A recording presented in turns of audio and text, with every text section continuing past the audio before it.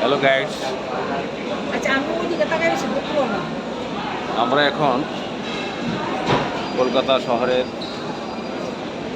Park street এলাকায় forum shopping মহলে আছি। আমরা আমরা সিনেপ্লেক্সে ছবি দেখতে গিয়েছিলাম, বাট সেখানে শুধু একটা মাত্র হিন্দি ছবি চলছে 4টা হলে এবং 4.5 ঘন্টার মুভি। তাই আমরা না দেখে এখন ফুড কর্নারে আমরা আসলাম 6th ফ্লোরে। সেখানে এসলাম আমরা। দেখুন ফুড কর্নারের চিত্র, খুবই সুন্দর পরিবেশ। আমার সাথে আমার বিশেষ আছে।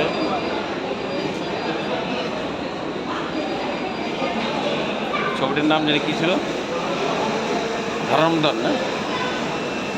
রণবীর সিংয়ের ধরমধর ছবি ছিল, বাট রণবীর সিংয়ে আমার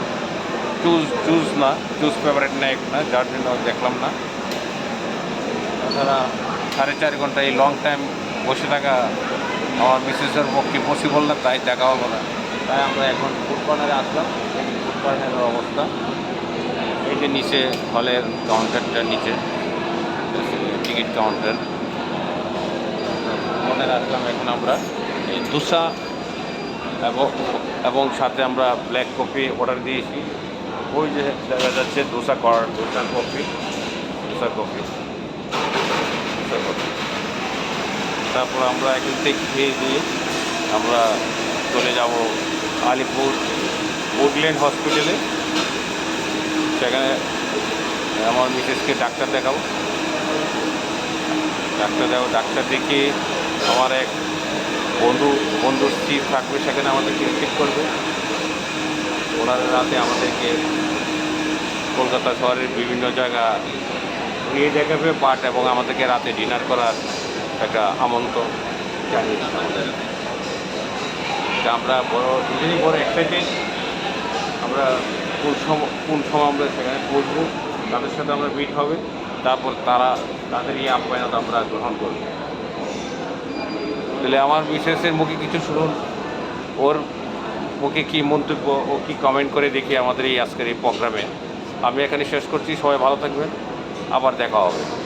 অগ্রিম ঈদের শুভেচ্ছা জানিয়ে বাংলাদেশের আমার শুভাকাঙ্ক্ষী, আমার প্রিয় বন্ধুবান্ধব যারা আছে সবাইকে আমার ঈদের শুভেচ্ছা জানিয়ে আমি এখানে আমার বক্তব্য শেষ।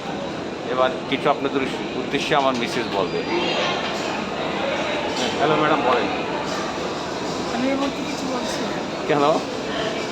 খেয়ে দিয়ে তারপরে বলবো। শরীরে এনার্জিটা কম আছে, একটু খেয়ে নিক আগে। ভীষণ খিদে পেয়েছে। খিদে পেয়েছে, খেয়ে দিয়ে তাই তারপরে আমি বলবো। পরে বলবো। ঠিক আছে, আপনারা সেই অপেক্ষায় থাকেন। বাই।